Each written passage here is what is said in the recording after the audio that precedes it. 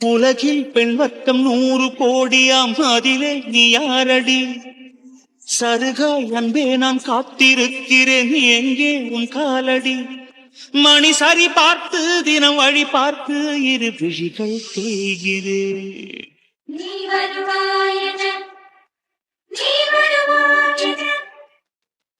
பார்த்து மணி 8 ஆக போகுது, இன்னும் அத்தனை காணோம். எவ்வளவு நேரம் தான் கார் பார்க்கிங்லேயே வெயிட் பண்ணிட்டு இருக்கிறதுக்கு? எவ்வளவு ஸ்டெப்பும் காணோம். அந்த ஒருத்தர் வராரு, அவர்கிட்ட கேட்போம். Hello, excuse me. Hello sir, sir sir sir, 1 minute please.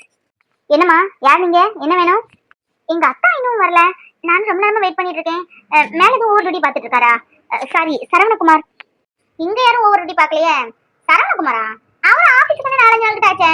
அவர் குழந்தை பிறந்துக்கலாமா, அதனால லீவ் போட்டிருக்காரு. ஆபீஸ்க்கு வரல, 4 நாள் ஆச்சு. ஏன் வேண்டப்பட்டவங்கன்னு சொல்லுவீங்க? உங்களுக்கு குழந்தை பிறந்தது தெரியாதோ? ஓ, ஒருவேளை தூரத்து சொந்தமா இருப்பீங்க போல. அவரு குழந்தை பிறந்திருக்குமா, போய் பாருங்க. போன் நம்பர் இருந்தா அடிச்சு என்ன கேளுங்க. ஓ, லீவா? அதான பார்த்தேன்.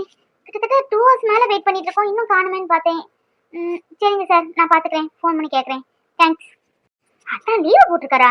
லீவு போட்டு வீட்டுல உட்காந்துட்டு தான் அவர் ஃபோன் பண்ணா எடுக்கிறது இல்ல, என்ன ஏதுன்னு பேசுறது கூட இல்ல அக்காட்ட. ஏன் இப்படி பண்றாரு? போய் சொன்னாலும் அவர் குழந்தை தானே, அது ஏத்துக்கிட வேண்டியதானே. என்ன இப்படி இருக்காரோ தெரியல. சே, எப்படியாவது அவரை பார்த்து பேசி கன்வின்ஸ் பண்ணி நாளைக்கு பேர் வைக்கிற ஃபங்க்ஷனுக்கு வர வைக்கலான்னு பார்த்தா ஆஃபீஸ்க்கே வரலையாமே. சரி, அக்கறை நம்ம எதுவும் இதை பத்தி பேசிக்க வேண்டாம். ஸ்கேன் ரிப்போர்ட்ல யாராவது வேணுக்குனே கீச்சுவாங்களா? அது காய் இருக்கலாங்க, எழுதிட்டு இருந்தா அதுக்கு அடியில வச்சு எழுதிட்டனால அதோட இது பட்டிருக்குமா இருக்கும். மற்றபடி யாரும் கீச்சுறாங்க. நமக்கு ஃப்ரெண்ட்ஸா இருந்தா என்ன பண்ணுவீங்க? ஐசு, பொண்டாட்டின்னு உன்னை போய் நம்புனே. உன்னை நம்புனதுக்கு என்ன நம்பி நல்ல மோசடி பண்ணிட்டல. என்ன நம்ப வச்சு ஏமாத்திட்டல ஐசு. உனக்கு எப்படி மனசு வந்துடி? எப்படி மனசு வந்து என்று சொல்லிருக்கலாமே எதுவுமே ஆரம்பத்திலே. எங்க வீட்டுலதான் இப்படி ஒரு பிரச்சனை இருக்குன்னு உன்னோட ஆரம்பத்திலே சொல்லியிருக்கேனே. சரிங்க மாமான்னு சொல்லிட்டு கடைசி நேரத்துல இப்படி பண்ணிட்டியே. என் பிள்ளைய பார்க்காம இருக்காம என் மனசுக்குள்ள எவ்வளவு தவிச்சிட்டு இருக்கு தெரியுமா? என் பிள்ளை வர நாள் தீபாவளி பொங்கல் மாதிரி அப்படி செலிப்ரேட் பண்ணி இப்படி செலிப்ரேட் பண்ணி ஒன் டே சொல்லிருப்பேன். ஆனா நீ இந்த எல்லா விஷயத்தையும் தெரிஞ்சுட்டே மறைச்சிட்டு இல்ல. உனக்கு அவ்வளவு திமிரு என்ன? எது சொன்னாலும் கேட்டுப்பாங்க ஆணவம் தானே உனக்கு. அடைச்சி, ஒரு புருஷன் ஒரு குழந்தைய பத்தின உண்மையை மறைக்கா நீ எப்பேற்பட்டவளா இருந்திருப்ப. உன்னை பத்தி எதுவும் தெரியாம நான் கல்யாணம் பண்ணி என் வாழ்க்கையை போச்சடி. எனக்கு எவ்வளவு கொதிக்குது தெரியுமா என் மனசுக்குள்ள. உன்னை போய் நம்பணும் பத்தியா? எனக்கு இதுவும் வேணும், இதுக்கு மேலேயும் வேணும். உன்னை பொண்டாட்டின்னு சொல்றதுக்கு மறுவறுப்பா இருக்கு. டேய் சரவணா, என்னடா என்ன நினைச்சிட்டு இருக்க? 4 நாளா ஆபீஸுக்கும் போகல, ஒழுங்கா சாப்பிடுறதும் இல்ல, போட்ட சட்டையே 2 நாளா போட்டுக்கிட்டு இருக்க. என்னதான் நினைச்சிட்டு இருக்க? இல்லம்மா, எனக்கு எதுவுமே பிடிக்கல. ஆபீஸ் போக பிடிக்கல, சாப்பிட பிடிக்கல, எங்கேயுமே போக பிடிக்கல. என் வாழ்க்கையே தொலைஞ்ச மாதிரி இருக்கு. என்னடா சரவணா வருத்தப்பட்டு இருக்காத போட்டு? நான் ஆரம்பத்திலே சொன்னேன், பொண்டாட்டி தலையில தூக்கி வைக்காத, எதுவுமே அளவோடு இருந்துட்டேன்னு சொன்னேன். எங்க கேட்ட நீ? அளவுக்கு மிஞ்சினா அமுதமும் நஞ்சு, அத மாதிரிதான் பொண்டாட்டிக்கு ஆரம்பத்திலே தட்டி வச்சாதான் கடைசி வரை மதிப்பு மரியாதை இருக்கும். நீ ஆரம்பத்திலே தலையில தூக்கி சாடனே இல்ல, அதான் அவளுக்கு நல்லா அவளுக்கு வேலையை காமிச்சுக்கிட்டா. சரி விடு, நீ சாப்பிடவா, உடம்பு போட்டு கெடுத்துக்கிட்டு இருக்காத. இல்லம்மா, எனக்கு சாப்பாடுலாம் வேண்டாம், சாப்பிடவே பிடிக்கல. நீங்க சாப்பிடுங்கம்மா, சாப்பிட்டு மாத்திரையை போடுங்க.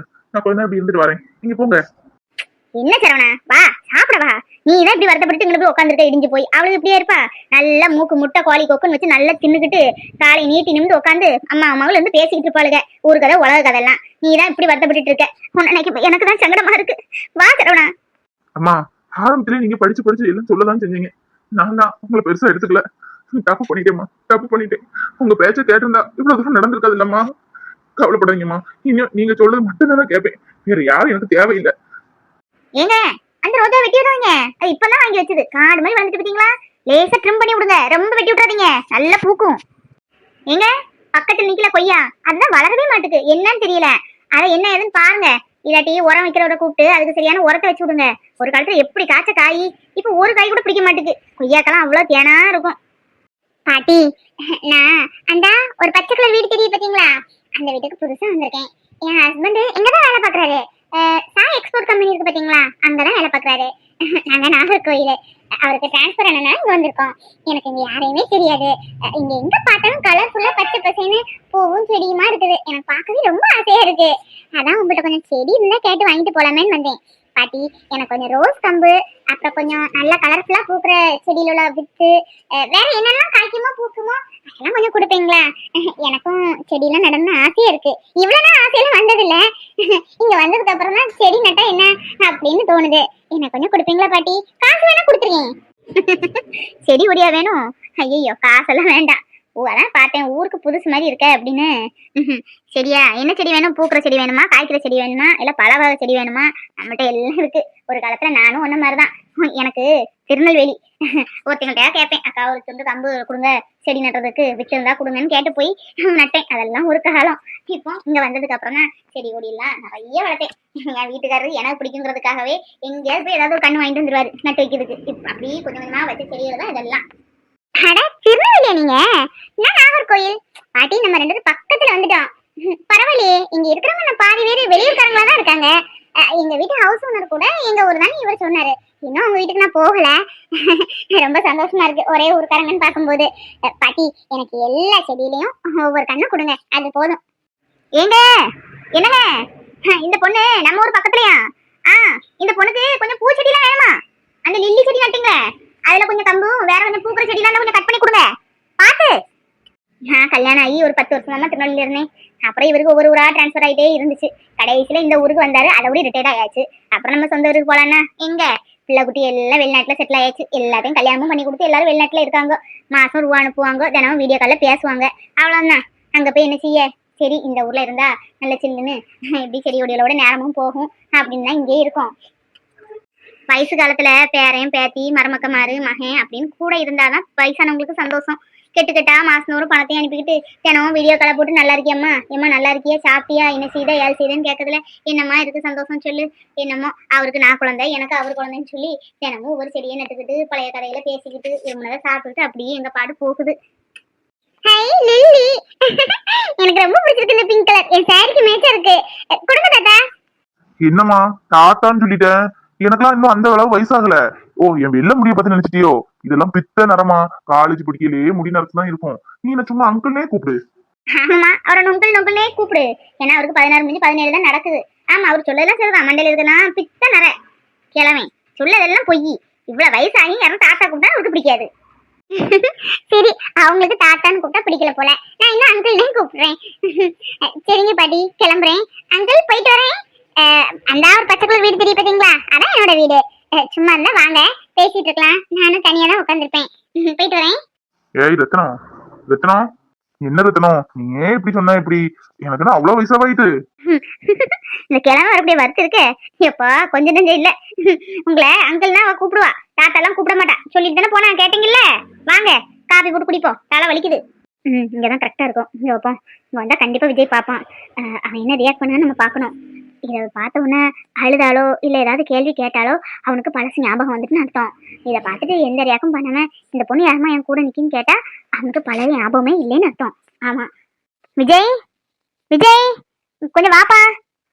வரட்டும், வந்தாதானே தெரியும் அவனுக்கு பழைய ஞாபகம் இருக்கா இல்லையான்னு. டாக்டர் கொஞ்சமா செக் பண்ணி சொல்லியிருக்காருல, செக் பண்ணி பார்ப்போம். விஜய் கோயிலுக்கு வரையாடா? கோயிலுக்கு போயிட்டு வந்துருவோம். என் கூட எப்பவும் ஆண்டி வருவாங்கல்ல, அவங்களுக்கு உடம்பு முடியலையா, அதான் அவங்க வரல. எனக்கு ஒத்தையில போக ஒரு மாதிரியா இருக்கு. நீயும் வந்தீங்கன்னா 2 பேரும் இப்படி பேசினாலும் கோயிலுக்கு போயிட்டு வரலாம்ல. வரையாப்பா? கோயிலுக்கா? என்னம்மா இவ்வளவு நாளா என்ன கோயிலுக்கு போகணும் எங்கேயுமே நீங்க கூப்பிடுறதுல திடீர்னு கூப்பிடுறீங்க. சரி வேணா போயிட்டு வரலாம். ட்ரெஸ் வேணா சேஞ்ச் பண்ணிட்டு வரட்டுமா? கொஞ்சம் தள்ளி நிப்போம், போட்டோ சரியா தெரியல போல இருக்க. இந்த போட்டோவை எதுக்குமா இங்க கொண்டு வச்சிருக்கீங்க? இந்த போட்டோவை தயவு செஞ்சு இங்க வைக்காதீங்க. விஜய் விஜய் சும்மா ரூம்ல இருக்கேன்னு சொல்லி கொண்டு வச்சேன். இந்த போட்டோல இருக்கு யாருன்னு தெரியுதா உனக்கு? இந்த போட்டோவை எப்படிமா நான் மறப்பேன்? எப்படி மறக்க முடியும்? என்னால எதையுமே மறக்க முடியாது. இது நான் லவ் பண்ண என்னோட மகாமா. விஜய் விஜய் விஜய் ஹெந்திரிப்பா, ஹெந்திரி. விஜய் எம்மா என் பிள்ளை எதுவுமே மறக்கல, நாம ஞாபகம் இருக்கேன் பிள்ளைக்கு. விஜய் விஜய் ஹெந்திரிடா. ஆமா ஆமா, ஏமா மக என்ன விட்டுட்டு போனா? எதுக்கு என்ன மக விட்டுட்டு போனா? வாழ்க்கையில ஆக்சிடென்ட் ஆகுறதுலாம் சகஜம் தானம்மா. ஆனா எனக்கு வாழ்க்கையே ஆக்சிடென்ட் ஆயிட்டம்மா. என்ன ஆனாலும் என்னை விட்டு மக போயிருக்க கூடாதுலாமா, போயிருக்க கூடாதுல்ல. என்னப்பா அவ உண்மையா லவ் பண்ணல, என்னை ஏமாத்திட்டா இல்லம்மா. என்னை ஏமாத்தினா என்னை விட்டு அவளை பிரிஞ்சு இருக்க முடியுது. அம்மா சொல்லுங்கம்மா. விஜய் விஜய் டென்ஷன் ஆகாதப்பா. ஐயோ டென்ஷன் ஆகாத விஜய், ஓவரா டென்ஷன் ஆக கூட டாக்டர் சொல்லிருக்காங்கல்ல. டென்ஷன் ஆகாத விஜய். விஜய் விஜய் ஆமா அவ ஒரு கேடு கட்டவ. உனக்கு ஆக்சிடென்ட் ஆயிட்டு உனக்கு உடம்பு முடியும்னு சொல்ல உன்னை விட்டுட்டு போயிட்டா.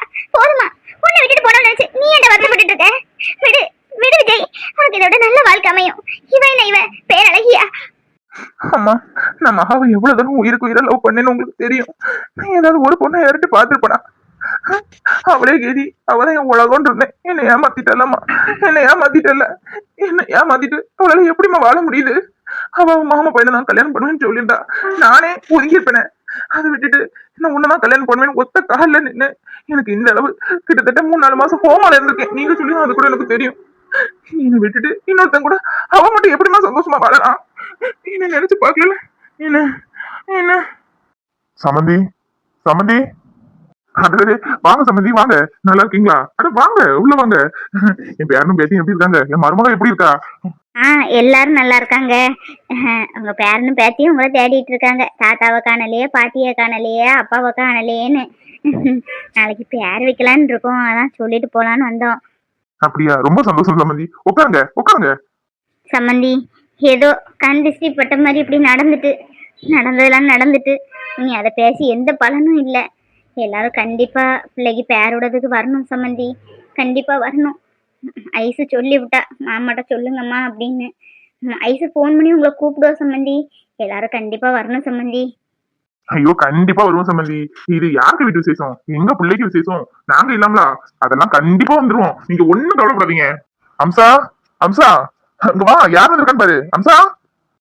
சம்மந்தி நல்லா இருக்கீங்களா? பிள்ளைக்கு நாளைக்கு பேர் வைக்கலான்னு இருக்கோம் சம்மந்தி, அதான் சொல்லிட்டு போலான்னு வந்தோம். சம்மந்தி, பேர் கூட மாப்பிள்ளை ஏதோ செலக்ட் பண்ணி வச்சிருக்காராமே, அந்த பேர் தாம்மா விடணும்ட்டா. நீங்க என்ன பேர் சொல்லுவீங்களோ அதான் சம்மந்தி பிள்ளைங்களுக்கு வைக்கணும். நாளைக்கு சீக்கிரமா வந்துருங்க. ஏதோ நடந்துட்டு இனி என்ன பண்றதுக்கு? என்ன இருந்தாலும் அது உங்க பேரன் உங்க பேத்தி. நீங்க தான் நல்லபடியா வந்து ஃபங்க்ஷன் நடத்தி தரணும் சம்மந்தி. மாப்பிள்ள, நாளை காலையில 11 மணிக்கு உங்க குழந்தைங்களுக்கு பேர் வைக்கிற ஃபங்க்ஷன் வச்சிருக்கு மாப்பிள்ள. கண்டிப்பா எல்லாரும் குடும்பத்தோடு வரணும் மாப்பிள்ள. மாப்பிள்ள கண்டிப்பா வந்துருங்க மாப்பிள்ள. மாப்பிள்ள சொல்லியும் தப்பா எடுத்துக்காதீங்க. என்ன பண்ண, நேரமும் இப்படி இருந்துருக்கு நமக்கு. அவ பாவம், என்ன பண்ண, உங்க குடும்பத்துல இப்படி ஒரு சூழ்நிலை இருக்கு. அவ பண்ண தப்பு தான், சொல்லாம இருக்க கூடாதுதான். என்ன இருந்தாலும் ஒரு புருஷன்ட்ட சொல்லணும். நானும் சத்தம் போட்டேன். அவ என்னடனா ஆரம்பத்திலே சொல்லியிருந்தா என் பிள்ளைங்களுக்கு ஏதாவது ஆயிருக்குமா, அதான் நல்லபடியா பிள்ளைய பெற்றெடுக்கும்னு நினைச்சேன் அப்படின்னு சொல்லி அருந்து அழுகா. என்ன செய்யட்டும் மாப்பிள்ள சொல்லுங்க. எதுவும் நடந்துட்டு உங்க குழந்தை, நீங்க தான் நல்லபடியா அதுக்கு பேரை வச்சு நல்லபடியா பாத்துக்கணும் மாப்பிள்ள. நாளை கண்டிப்பா வந்துருங்க மாப்பிள்ள. நீர் அடிச்சு நீர் விலகாதுன்னு சொல்லுவாங்க. என்ன இருந்தாலும் அது உங்க பொண்டாட்டி பிள்ளைங்க மாப்பிள்ள. நீங்க பார்த்த மாதிரி வராது. ஐசு ரொம்ப தேடிக்கிட்டே இருக்க மாப்பிள்ள. நாளை கண்டிப்பா எல்லாரும் சீக்கிரமா வந்துருங்க.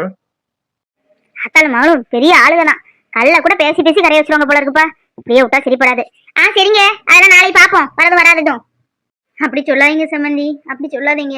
என்ன இருந்தாலும் அது உங்க பேர குழந்தைங்க, உங்க கையால தூக்கி அதுக்கு பேர் வைக்க வேண்டாமா சொல்லுங்க.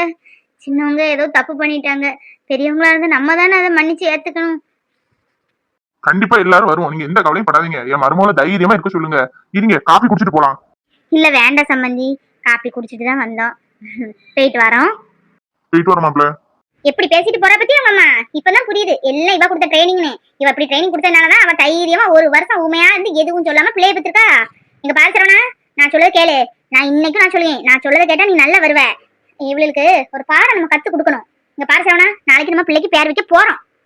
போய் ஒரு பிள்ளைக்கு நம்ம பேரை வச்சுட்டு ஒரு பிள்ளையும் அவளையும் கூட்டிட்டு வருவோம். இன்னொரு பிள்ளைய அம்மா அந்த வாய் பேசிட்டு போனால அவ பாத்துக்கிட்டோம். ஏய் அம்சா, அறிவு எதுவும் உனக்கு மடங்கி போச்சா? புத்தி கட்டத்தனமா பேசிட்டு இருக்க. 2 பிள்ளைங்க பிறந்தது 2 குழந்தைங்க, ஒத்த குழந்தை கிடையாது. ஒரு குழந்தைய இங்க கூட்டிட்டு அவளையும் கூட்டிட்டு வரலான்னு சொல்லுங்க. இன்னொரு குழந்தைய அம்மா இப்படி பாத்துக்கோங்க. இந்த குழந்தைடி என்னத்துக்கு எனக்கு பேசாத. இங்க பாரு அம்சா, எதுக்கு ஒரு அளவு இருக்கு, எல்லாம் தாண்டி போயிட்டு இருக்க நீ. அது நம்ம பேர பிள்ளைடி, உனக்கு தெரியல. ஒரு பிள்ளைய கூட்டிட்டு ஒரு பிள்ளைய விட்டுட்டு வருவோம்னு சொல்லுங்க. அறிவு கட்டவளே, அறிவு கட்டவளே. இந்த பாரு சரவணா, இவ பேச்செல்லாம் கேட்டா விளங்குற மாதிரி தெரியல. இந்த பாரு, நாளைக்கு போறோம், 2 பிள்ளைங்களுக்கு பேர வைக்கிறோம். ஐசா பேசாம கூட்டிட்டு வந்துருவோம், அது போதும். இவ சொல்லதெல்லாம் கேட்டு நடக்காத. குடும்பத்தை 2 ஆக்கி தெருவுல விட்டுருவா. யாரு நான்? இப்ப யாருக்கு குடும்பத்தை தெருவுல விட்டா? நான் இல்ல, வா மருமக புத்தி கட்டவா. இத்தனை மாதம் மறைச்சிருக்கா. சரி நம்மகிட்ட சொல்ல வேண்டாம், ஒரு புருஷன் சொல்லணுமா வேண்டாமா? ஒரு கெட்டின புருஷன் அவன் எப்படி பாத்துக்கிட்டான் அவளை, அவளுக்கு சொல்லணும்னு தோணல. அவ அம்மா எப்படி சொல்லிட்டு போறா, நடந்ததெல்லாம் நடந்து போச்சு, நம்ம தான் மறந்து மன்னிக்கணும் அப்படின்னு சொல்லுதா. எதை மன்னிக்க சொல்லுதா? மன்னிக்க கூடிய விஷயத்தான் மன்னிக்கலாம், எல்லா விஷயத்தையும் மன்னிக்க முடியாது. இந்த பாரு, வாய மூட்டி நீ பேசாம இருந்தாலே போதும், நான் பாத்துக்கிறேன். ஒரு பிள்ளைய அங்க கூட்டிட்டு வரணும். ஐஸ்வர்யா ஒரு பிள்ளைய இங்க கூட்டிட்டு வரணும். ஒரு பிள்ளைய அம்மா பாத்துக்கட்டும். ஏன் இப்ப என்ன அடுத்த ஒண்ணு விடலையே? அவங்க அம்மா தானே, நம்ம பாட்டி மாதிரி அவங்களும் பாட்டி. ஒரு 20 வயசு வரை அங்கேயே வளரட்டும். அதுக்கப்புறம் ஜாதகம் எதுவும் கேட்டுட்டு பிள்ளைய கூட்டிட்டு வரணும், கூட்டிட்டு வருவோம். என்ன சார் சொல்லுங்க, நான் சொன்ன மாதிரி கூட்டிட்டு வருவோமா? அம்மா சொன்னா சரியா இருக்கும். வேண்டாமா, இப்ப நான் அவளை ஒண்ணு கூட்டிட்டு எந்த அவசியம் இல்ல. எனக்கு அவளை பார்க்கவே பிடிக்கல. எனக்கு எவ்வளவு தூரம் ஏமாத்திருக்கா, அவளை போய் கூட்டிட்டு வரணும்னு சொல்லிங்க. வேண்டாம், அவ அங்கேயே இருக்கட்டும், அங்கேயே இருந்து சாப்பிட்டும். சரவணா, அவ பேச்ச கேட்காதப்பா, அவ பேச்ச கேட்காத.